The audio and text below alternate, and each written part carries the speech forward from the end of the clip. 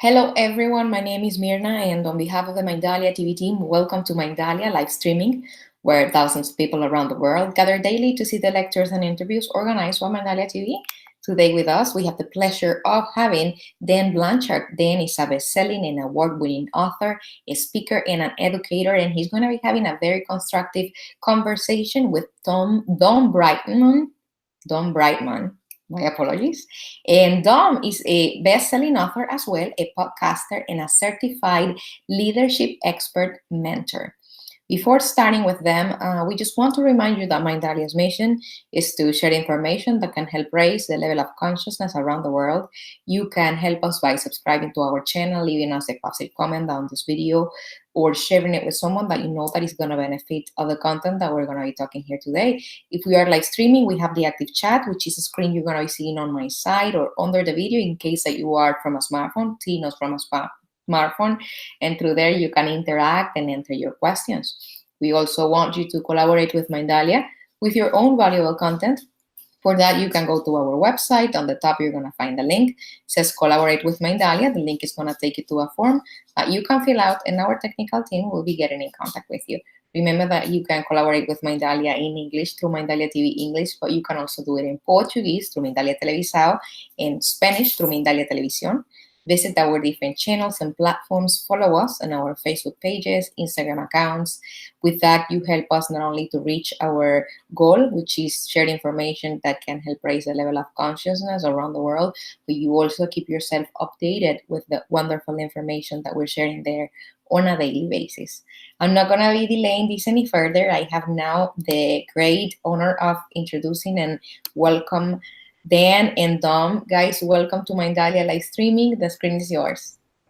Thank you, Mirna. So happy to be here. Pleasure. Welcome. Hey, Dom. How you doing, Dom? Doing well. Happy New Week. Yeah, happy new week. So everybody, let me tell you a little bit about my buddy Dom. Me and Dom Brightmon, we like to hang out in libraries together. Heck yeah, man. Heck yeah. Heck yeah, man. We both like to read. We both love libraries. And Dom even works in a library. He comes from the library world as a librarian, which I just think is so cool. I mean, as people know, I come from the educational world as a teacher, and we're just similar in so many ways. And Dom, you're just doing so many great things. I'm so glad you're on our show. So I'll finish up this introduction of my buddy Dom. Let me just tell the world, Dom is an author, award-selling author for his book Going North. He's a professional speaker. You know, I love that fact about you. He's a professional speaker as well. Has a great podcast called Going North, when he's in the world's top 10 of podcasts in like the self-help category. Kudos. All right, that's freaking awesome. And just doing so many awesome things, Dom. And one of the things I love is that you're like a prolific reader. You know, like me. We're going to talk a little bit about reading, how that gets you started on writing and speaking and all the other great self-improvement things you're doing. But before we jump on this prolific reading thing and how you find time to get your reading done, because everybody says there's no time. You know, there's not enough time. How do you read books? You know, I know you've read hundreds, maybe 1,000. I know I'm up to like around 1,000, something like that. I know people are going to say, how the heck does Dan and Dom find time to read? But before we jump there, is there anything in your profile? I mean, I know I just kind of scratched the tip of the iceberg on this one. Maybe you could jump in and kind of tell people who you are. Sure, yeah. So you got it right. Author and podcast host, was named one of the top 10 self-help podcasters in the world last year, alongside Brendon Burchard, Steve Olsher, and Gretchen Rubin in the self-help category for Going North, that interviews authors all over the world. And I had the extreme distinguished honor to interview you last year to kick off the school year season as well, Dan, which was awesome. And recently, to add to the repertoire, is able to become a certified John Maxwell coach, thanks to some buddies who are already in the program as well. I've interviewed a few of them as well. So it's just a lot, just trying to get the most out of life, because we all got one life to live in this realm, man. We got to do the best that we can with what we've given. Yeah, that's awesome, Dom. Boy, you certainly don't let any moss grow underneath your feet with that John Maxwell certification coaching thing. Definitely, we're going to love to talk about that in a little bit. But if you don't mind us backtracking, I'd like to go to the whole prolific reader sort of thing. I mean, I feel like in so many ways, that I got my start in the self-help industry as an author, speaker, blogger, podcast, TV, everything. And I think it all stems back from like reading. The genesis is being a prolific reader. And I know, I know you kind of feel the same way. So I mean, how do you find time to like get this reading in on your busy schedule? Because I know there are people who don't have schedules as busy as yours. Right out, and they're going to tell you they don't have time to read. Right? So maybe you could share a couple of secrets with us, how you find time to read, and if it did indeed help develop your future stuff that you're doing now. Yeah, so the easy answer is make the time to read. I mean, we all got the same amount of time. I mean, 168 hours a week, 24 hours a day, 7 days a week, 86,400 seconds. We have the same amount of time. We all have the same amount of time. It just depends on what you decide to do with it. So with me, I mean, I may work at a library, but it's not your typical library where it's just books and old ladies shelving carts and being mean and frowning. It's actually a dynamic, lean, mean information people helping machine, because it helps out folks from all sorts of areas of life, and we don't really have time to read there. So usually if it's after work or before work, usually set aside an hour, go to like a Starbucks or a Dunkin' Donuts, get a cup of coffee, sit down and read. If I'm at home, I'm getting a little more into ebooks now. I'm still the traditional paperback, hardback, open the book and actually flip through it and read it. Just setting aside time to do it. So whether it's before work, after work, during the weekend, and if it's like during a break, during work, that's good as well. Just making the time for it. That's really how it just gets done, to be honest, because everybody, what you're going to get out of life is what you want. And if you really want it, you're going to do something to actually go get it and fulfill it. Oh, no doubt. And Dom, like you, I was the guy that walked around everywhere with a book in his hand. I'm saying everywhere I went. If I was standing in line at the post office, I'd be reading my book. If I was standing in line at the bank, I'd be reading my book. Now I found it a little bit easier. I actually carry around my phone now in my pocket. And if I'm in the line at DMV, I'm pulling out my phone, I'm reading the book. In the line at DMV. You know what I'm saying? So I'm reading my book everywhere I go. If I'm doing lunch and I got nothing else to do, let's say I'm done grading papers or correcting papers or doing lesson plans for school, for my teaching job, I'm pulling out my phone and I'm reading a book at my desk while eating. So I think you're right. You just decide, right? Decide to fit it in somewhere. If you decide that there's not enough time in the day, there is no time to be found, well, then I guess you're never going to find time. That's right. That's right. Absolutely. So let me ask you, Tommy, if you went down this road. When I was a young male, teenager, I wasn't into reading. Not at all. I thought reading was maybe for the more sedentary, docile girls. The boys were supposed to like tug of war, or shoot baskets, or wrestle on the playground, or chase each other, or tag, or whatever, right? You're supposed to do all these physical things. And for a long, long time, it took me, I don't know, it was almost college before I realized that it's okay for guys to read books. And now, as a matter of fact, we should. It's to our benefit to read books. And there's nothing unmanly about it. And now that I've been a teacher for 20 plus years, I watch. When I see somebody walk in my room with a book, the majority of the time it's a female student, more so than a male student. So I think that maybe the young males out there are still thinking that maybe it's not manly to read books. That's more for the females on this planet. I really think they're doing a disservice to themselves. I hope they learn when they get older like I did, but I hope they learn sooner than I did. So, I mean, did you go through this struggle yourself as a young male?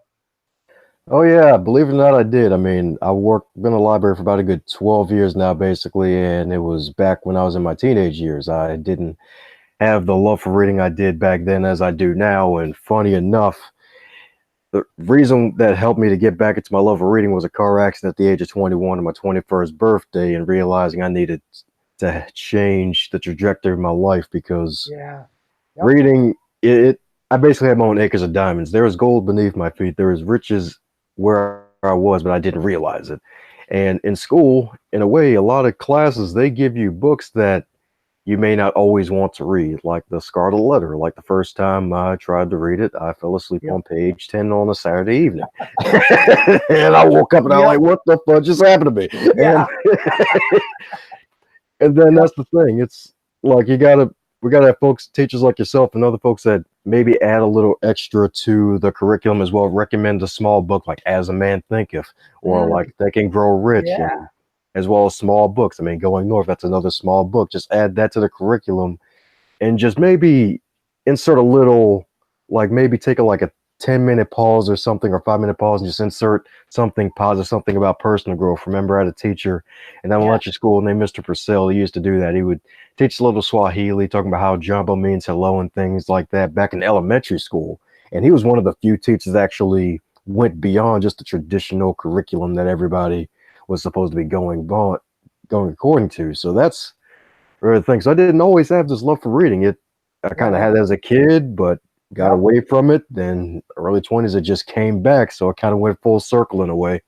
Yeah, that's funny. We have similar paths. Now, it's probably my early 20s because I went to the Army first after high school. So I was probably my early 20s before I found the love of reading. And it wasn't really my textbooks in my community college. It was the books in the personal help section, self-help, the psychology of winning, section 158 in the library, or whatever it was.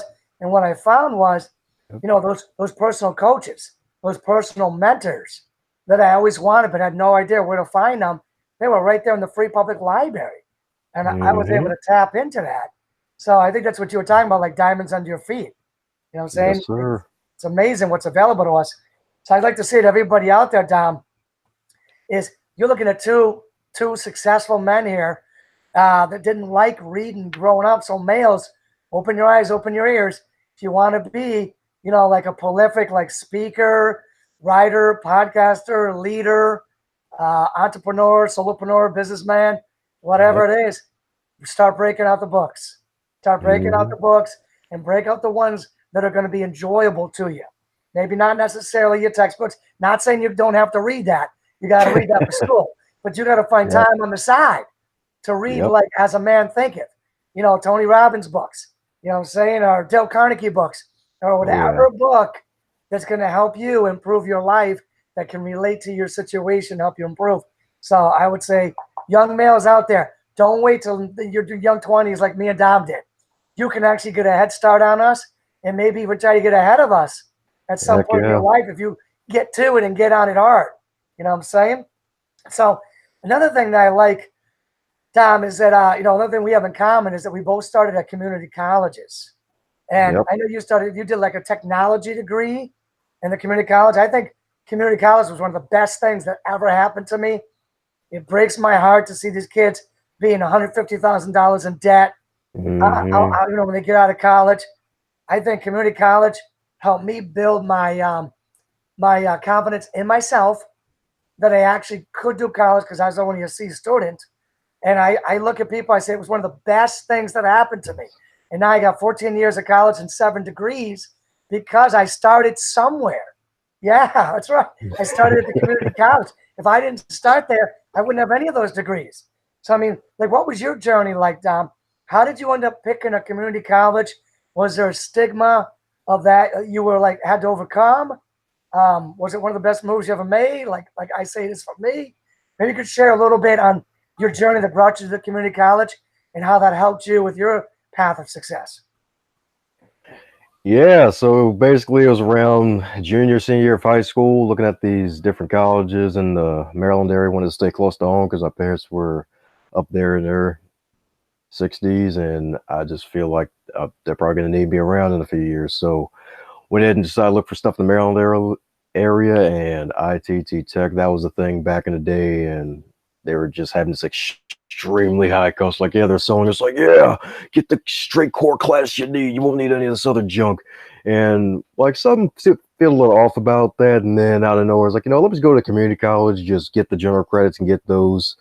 And then went to CCBC Catonsville, where it was a great campus. It was not too far from home, so that way it could still take care of the parents at home and meet folks in the good thing about community college, it's a gift and a curse because it's like you get to meet folks that are close to your age, and you're also in class with folks that are 20 years your senior probably. Yeah. And it's a gift in a way. It's like, oh, okay, cool. Get to communicate with folks outside generation, then you get to build relationships with them, and then it gives you another dynamic in a way of getting used to the future workforce as well, because a lot of millennials are in the workplace now, and communicating with those folks in community college, you'll get to learn a bit, have a taste of communicating with adults basically, or at least further down the line than yourself, to actually be able to communicate more effectively with those in the workplace, and gets more comfortable with saying sir or ma'am. And sometimes it may be like, nope, I'm like old enough to be your big brother, big sister, don't say sir or ma'am. Like, all right, cool, I'll get used to that. And just helps you get used to stuff like that. So it was really one of the best decisions I made, because I came out with no debt at all, because it had the Pell Grants and everything that came and paid for all that, and just got to build relationships and strengthen some old ones. So I agree with you fully. Community college, go for it. I mean, get knock out the general courses. Then if you can pursue on to bigger and better, bigger universities, and just do that. I'm going to ask you about the technology, because you say that was important too. I'm going to ask you about that in a minute. Sir. But you know what just popped in my head, Dom? I didn't even know this till about 10 seconds ago. But when I was at Manchester Community College, I was also working. So I was going to school, I was working, and I was learning. And if I think about that, I believe that was probably the genesis for what I did the rest of my life. The rest of my life, I have worked and I've always learned. And it's sort of like the entrepreneur sort of thing, like what we do in this space of podcasting, blogging, authoring, speaking, is that we're still working, but we're also still learning, and we're reading books on the side and listening to podcasts and participating in shows like this where we learn. So I think it never stopped, that we're working and learning on the side, and sometimes even at the same time, we're working and learning. So maybe I didn't know it. Matter of fact, I didn't know it back at the community college in those days, but I really believe, it set my path for where I am today. But until like 15 seconds ago, I didn't realize how deeply it set my path to where I was today, because I was working and learning. And that's exactly what I do today. Whereas the majority of people are out there maybe working, but they've kind of like thought that they already know everything that they need to know, that they don't need to learn anymore. They already have a job, they're already working, and that they're done learning. That's not where I'm at. And I'm assuming that's not where you're at either, but I know that's not where you're at. So I'm wondering if working and going to community college had that effect on us. Now, I know one thing that you learned there was, you say you took technology classes that really springboarded you into the future with where you are today. Can you tell us a little bit about that, Don, please? Sure. So went ahead and got a networking technology degree, and the class that I took in there actually helped me to add a different realm to where I work at the library, because I'd be able to help out more patrons and customers and clients, and helping them with their tech needs, whether it be the stuff like Microsoft Office, like Word, PowerPoint, and Excel. And then even sometimes if they bring in their laptop, and I may just go ahead and put some software on there that'll clean up their laptop because it's so darn junky.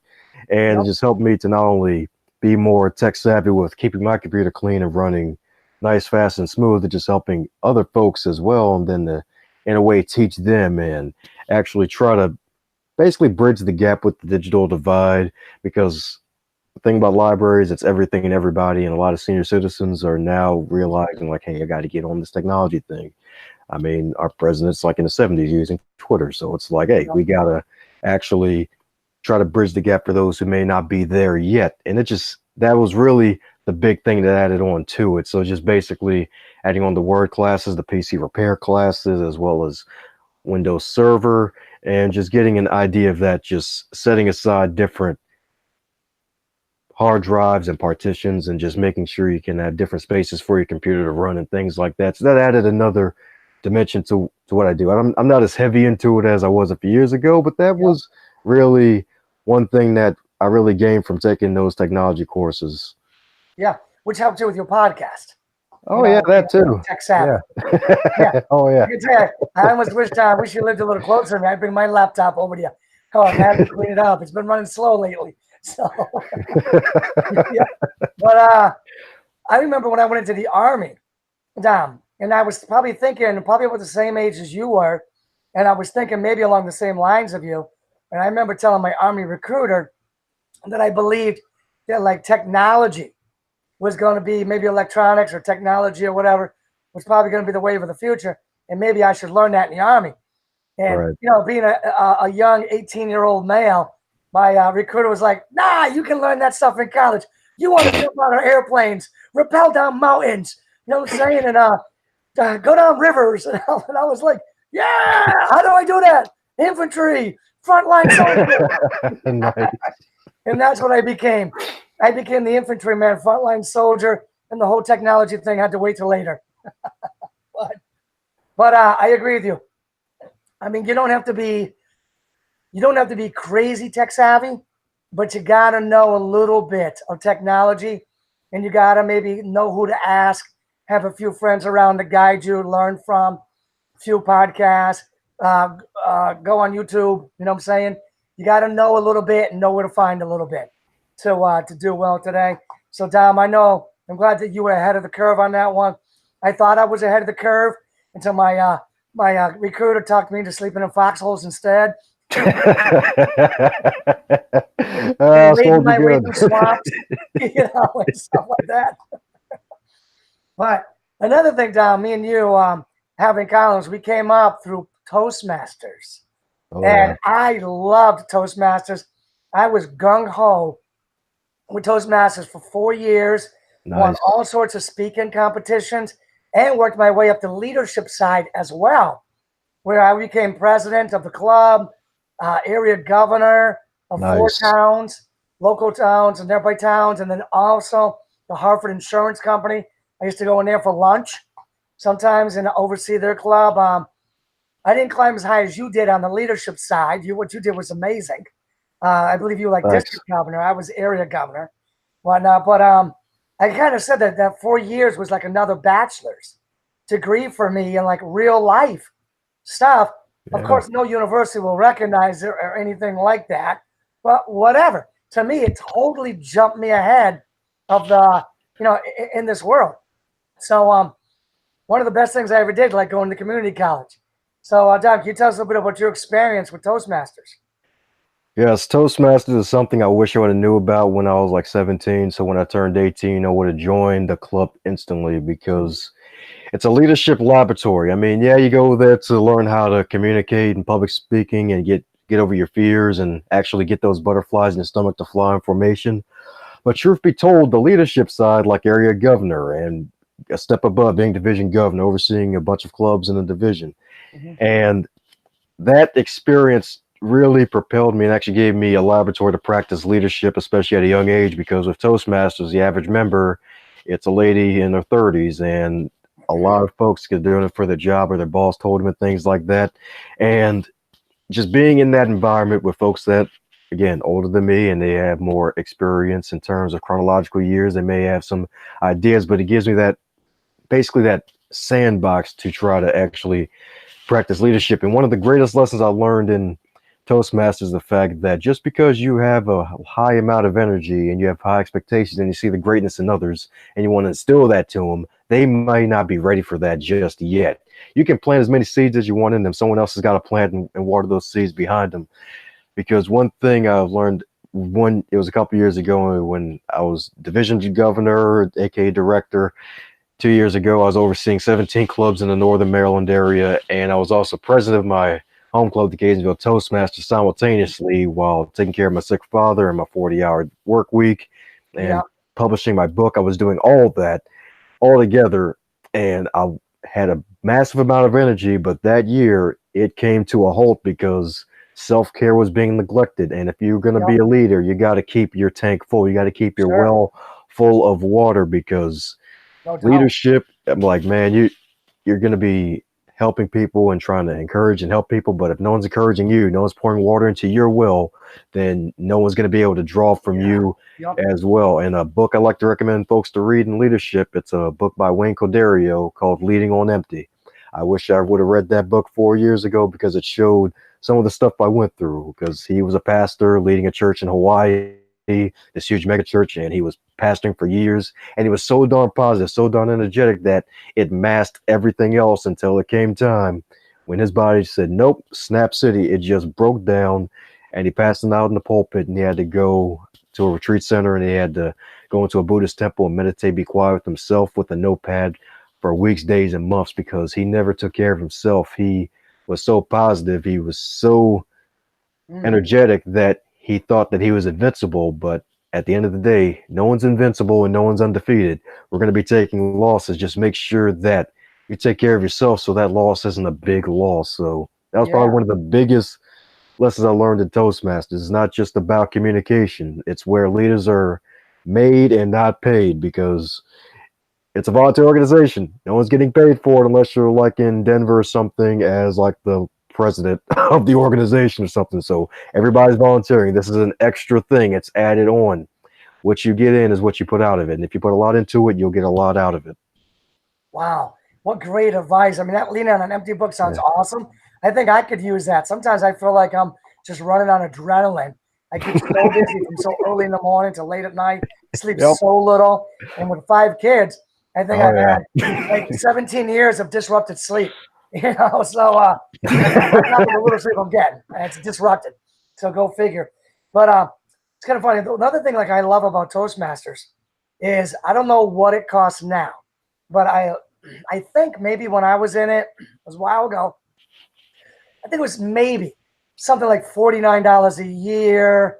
It was something very, very economical. Yep. And you could go there and you would have opportunities to learn how to be a leader. And that's huge. You know what I'm saying? Like even college doesn't teach you that, and you're paying thousands and thousands of dollars, and college doesn't teach you that. So you can learn how to speak. You know, we have this table topics where you can learn to think quick and speak. You know, think quick on stay on your toes and speak on some random topic. And it's so funny, Don, because my daughter just yesterday, I was asking her about her English class, and she said that they have a module of public speaking that's built into her English class, which I'm like, yeah. She's like, no, Dad, I hate it.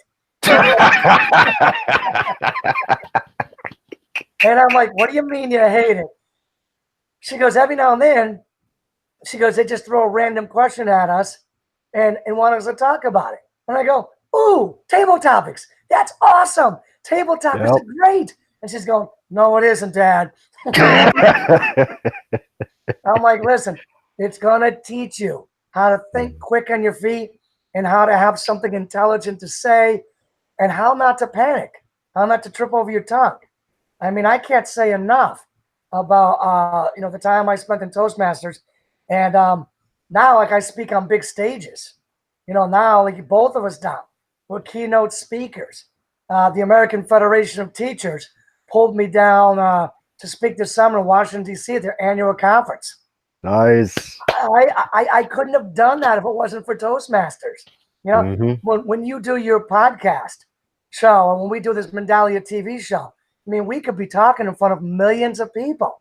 And you know how Mindalia and how Myrna joked about Dan's probably going to say, yeah, this is my buddy Dom. Cool. Like when we're speaking in front of millions of people, we're just like, oh, yeah.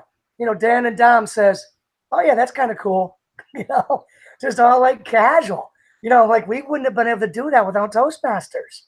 You know, if we didn't have that training. And for like $49 a year or $89 a year, that's what it is today. I don't know what it is today, but if that's what it is, go for it. It's so worth it. I even had a buddy that said that he was in a special club. It was only for entrepreneurs who were professional speakers. So it was like a whole another level of Toastmasters. So I was like, that's like really cool, you know? And speaking of taking it to a whole nother level, now I know this one didn't cost $49. But Don, you've done something very few people have done. And you should be very proud of yourself and all of our audience. Listen up, because this is huge. I mean, John Maxwell is one of the biggest guys out there on like leadership. And Don, you just said something about you went and got certified as a John Maxwell Coach. Can you bring us through that journey? I mean, what got you to take that leap? Why did you feel you have to do it? And what have you been getting out of it?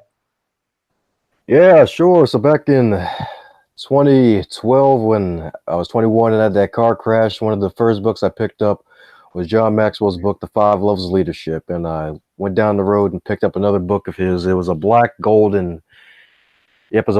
book called The 21 Qualities of a Leader. And I enjoyed that book thoroughly. It's one of the few books in the past few years I've read more than once.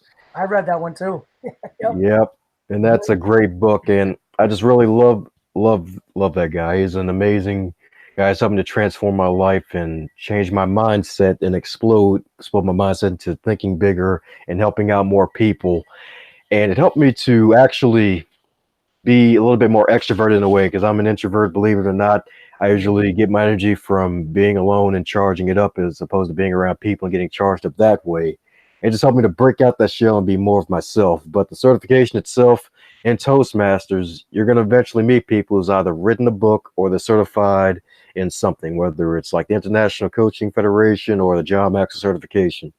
And the district director at the time, Clyde Middleton, he was certified in that, and he told me all about it. He paid a pretty penny for it. It was about a good $6,000 or $7,000 at the time, because the certification is about a good $5,000, and then the hotel, it's another grand at the hotel. So for that whole weekend, once you get there, and they had a special where another buddy of mine, Chris Jordan, we got an event coming up called Inspired to Lead in Bel Air, Maryland, where we're speaking of leadership, and they did this Christmas thing where you can get in the program for $1,500. I'm like, oh, no brainer, I'm in. Count me in for that.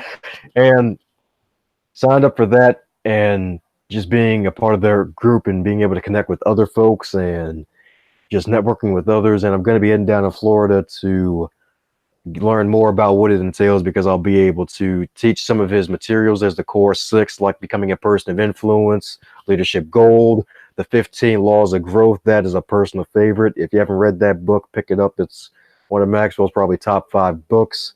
Intentional living, just all of his materials was a leadership game to help folks, especially C-level executives, to basically come together and see where they may be lacking in one area and where they can improve, and just helping them develop their communication skills with debates and whatnot, and just being able to remember to never hesitate to show gratitude as well. So it's an amazing program, and I've only scratched the surface of it yet, because there's so much content on top of everything else I'm trying to get into harmony with. So it's a lot of stuff, and just the folks in there just really helpful, really open, heartwarming folks. And it's like John Maxwell's leadership legacy legs. It's like when he's gone, he has a whole leg of about a good, I think it's 24,000 members, certified folks around the world that can teach his stuff long after he's gone, because he's made a great impact. What a legacy. Yeah, it's huge. Yeah, what a legacy. So I'm gonna be watching you, Dom, seeing where you're gonna go with all this great knowledge and skills that you're like big piling on top of the ones you already have. I mean, you're already so talented. Thank you. Yeah, you're welcome. So you got this top 10 podcast show going north. Wow, what a success story. You know, I was on it, and we had a great time talking on that on your show. Yeah. How did that all come about? I mean, how did you said you were like an introvert, and yet you're going to take a leap to a podcast show, speaking to millions of people, and then drive it up to like top 10 in the world? I mean, how does an introvert do that? It was the grace of God ended up on the top 10. I didn't even know that was a thing at the time, because, yeah, funny enough, folks been telling me for years I got this radio voice, and for years I'm like, all right, I'll start a podcast. It's like 2012, 2014, like, yeah, I'll do a podcast. I don't know what it's going to be on, but I'll start one. A few years go down the road, I published a book called Going North, and then a few months later, I need a way to market the book, so some more coffee with friends. My good friend Amy Burns, she was like, hey, maybe we should call it the Going North podcast. I mean, you get to keep your brand alive and all that good stuff. I'm like, you know what? I'll go ahead and do that. And the premise of the show is basically where authors from all over the world, especially those who self-publish their books, they come on, they get interviewed, they get their feet wet being interviewed. Because my first ever interview online, the host kept cutting me off while I was mid-sentence and everything. And I'm like, you know what? Let me not make that the same experience for someone else. So basically just wanted to interview folks. Started off with folks in Maryland, then branched out to other folks all over the world like you. And thanks to the wonderful Jeff Davis out there who connected us, connecting the two Ds together. And out of nowhere, just like after episode 35, March last year, for some reason, I just said, all right, my email is donbrightmon@gmail.com. At the end of an episode, I get this email from a person from Interview Connections pitching me this host, Damian Lupo, this millionaire black belt martial arts expert who founded his style of Lotus Yogido. And I'm like, wow, this is big. Then all these other inquiries come in, and one guest, he just, after we were done recording, I asked him, like, how did you find me? I'm just some random dude in Baltimore. Like, what the hell? And he told me that I was lifted aside Brendan Bouchard, Steve Olsher, Gretchen Rubin, and Lewis Howes and all these other folks in the top 10 category of podcasts in a directory. I'm like, how the heck did it end up here? And it was right there. Wow. All the information was correct. And I'm like, wow. And it just shows us like podcasting is a huge wave right now. And it's something that a lot of people are doing, and especially if it's interview based, because if you give yourself a nice buffer, so if you want to do a weekly show, then basically record about a month out. So do about a good 7 to 10 recordings, release about 6 or 7, then have the other 3 launch out week by week, and then just stay consistent with it. And that's one of the keys to explosive growth, is if you're consistent with something, folks are going to notice, because especially if you go on for a while, like you yourself, Dan, it's like you don't stop with one book. You have like, what, 6 or 7 out? And I got about 6 or 7 or 8 out, and I got about 7 more in the wings. Exactly. So you're consistent. You stay in the media, stay at terrestrial radio, TV, doing this now, bringing folks all over the world and connecting with other folks, because you're consistent with it. And when you're consistent with something, you'll explode in growth, because consistency and discipline brings great rewards in your life. And that's one of the greatest things ever. And that's kind of how it ended up on the list. It's taking advantage of Facebook ads, taking advantage of social media, asking the guests to share on their platforms. When I'm vending at events, selling books, I have a flyer out. I got this podcast. I do book swaps with people and just interview that way. Just making sure you're metaphorically in warrior mode 24/7. Like, hey, on the back of my business card, going to our podcast, check it out.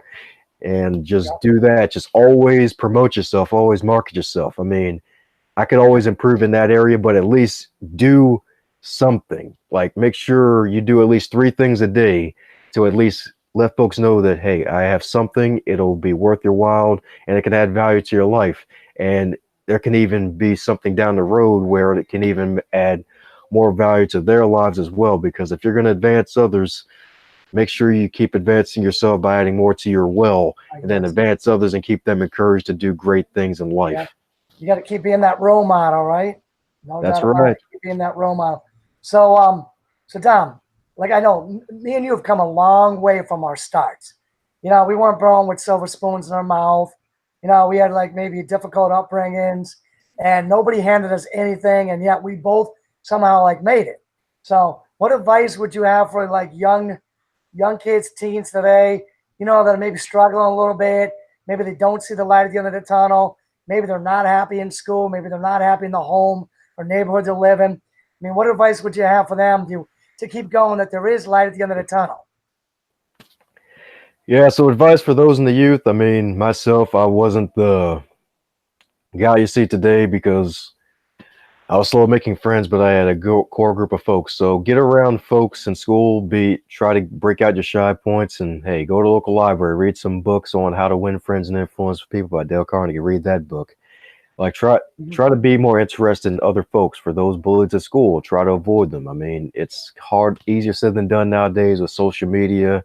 And once you're being on the internet, it's basically permanent, no matter if you delete it or not. So just try to encourage 5 random people today. I mean, like, if you see somebody, if they have neat handwriting in class, like, hey, you got some neat handwriting, I can actually read your handwriting. Or like, hey, I like your book bag. It's glitter, it's got the unicorn horn and whatnot.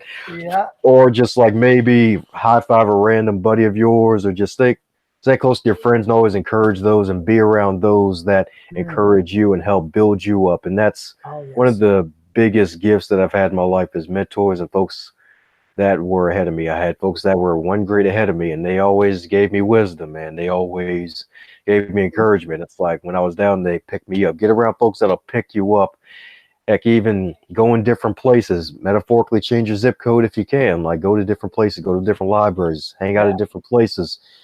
Like, expand your mind, because once you expand your mind for one place and it gets bigger, it can't really stretch back, and you can't think exactly the same. True. So try to think bigger. Maybe make a vision board and then do something every day to get closer and closer to fulfilling that vision. Like, hey, if you want to get out and speak, maybe say hi to 5 random people. If you want to ask that girl out, like, hey, just talk to 5 random girls and just see what happens. If you want to ask out that guy, I mean, hey, girls are more confident nowadays, and boss ladies are smashing to killing the game, and I'm all for it. So it's like, hey, if you want to ask that guy out, it's kind of, I say go for it. Like, hey, just go out there and just reach out to other folks. Just reach out, and folks will reach back out to you. Not everybody's going to do it, but those who reach back, those are the golden threads that will link you together to bring more success out of your life. So just go out there, stay encouraged, reach out. No doubt. I love that advice, right? Be a good friend, have good friends. So important. Get around the right people and be a good friend. Right? That's important. So I know Mira's going to come back on pretty soon to wrap this up, and she'll ask us where people can find us. But before that happens, Dom, like, I mean, you've done so many amazing things already. And I know the wheels are spinning in your head. You know, things that you've already done, where you're going next. And now with this John Maxwell certification for coaching, I know the wheel's got to be spinning like overtime in your head of, you know, what's down the road for you. So can you give us like a little hint of what's down the road for you? Yeah, so down the road, I got a book coming out May the 8th called Stay the Course, The Elite Performer's 7 Secret Keys to Sustainable Success. It's a 54-page tome for your dome. I'll give you the inspiration and tools that you can implement immediately. It's a field guide for your success, because one book and done is not enough. Got to keep going, and got to follow great folks like yourself to do that. So book number 2, that'll be out May the 8th. Pick that up. I'll also be reading the book as well. And with the Going North podcast, my goal with that is to interview 1,000 authors around the world. I'm about 147 authors in so far. So I'm about a tenth of the way there. So the end game is to interview 1,000 authors. Yeah, stay consistent. Just stay consistent with it. That's just some of the stuff that's down the road. Of course, more speaking engagements and more things like that down the road, encouraging folks and just doing all that good stuff. So feel free to keep track of what I'm doing. Dom Brightmon at all handles, social medias, LinkedIn, Instagram, flying to the DMs for some motivation. Cool. That's awesome, Dom. I'll be watching you, and I'm sure me and you will be talking a lot in the future years. No doubt about it. So it looks like Mirna's ready to come back on and wrap up the show. Welcome back. Yes, Mirna. I am. Thank you so much for sharing your information, your wisdom, and your time with the Mindalia TV audience. We truly feel honored that you choose us as a channel to reach more and more people. Dear Dom, where can our audience find you? So feel free to go to dombrightmon.com. So that's dombrightmon.com. I'm on all the social medias, LinkedIn, YouTube, Facebook, Instagram, Snapchat. I might do that eventually, but it's not my cup of tea. There's so many social medias out there. But yeah, feel free to shoot me an email at dombrightmon@gmail.com. Not hard to find. If you type in Dom Brightmon, you'll find me. Amazon, you'll find me. Reach out to Dan. He'll point you my way, and be sure to give Granddaddy Secrets a little listen in. Mindalia TV, thanks for having me on. Reach out to them. Keep checking out their content, because it's only the beginning. This is the icing on the cake. You haven't even gotten the full cake yet. They're like a cupcake right now. The full birthday cake is a coming. A 3-story birthday cake. Awesome. Thank you. Mr. B, where can our audience find you? All right, Coach. Like Dom said, all over. Just Google me, Dan Blanchard. You'll find me on every social media pretty much. DanBlanchard.net, GranddaddySecrets.com. Check me out. Make sure you check me out on Amazon. I'm all over Amazon. You check out The Storm or any of the other books I have there. So you'll find me easily. Thanks. Thank you again. Thank you, Mina. Audience, thank you for being with us. Thank you for sharing, for tuning, for liking, for subscribing. With that, you not only keep yourself updated with the information that is being aired on a daily basis, but you also help us reach as much people in the planet as possible and help us accomplish our goal, which is just share information that can help raise the level of consciousness around the world. Your own knowledge is also welcome in Mindalia, and for that you can go to our website. On the top you'll find the link. It says collaborate with Mindalia, and that link takes you to a form that you can fill out. Our technical team will be getting in contact with you, and you can collaborate with us in English through Mindalia TV English, but also in Spanish through Mindalia Televisión, and in Portuguese through Mindalia Televisao. We are thankful that you are here. We're thankful to Don and Dan, and we are sending you a big hug from our heart to yours. And until next time, bye.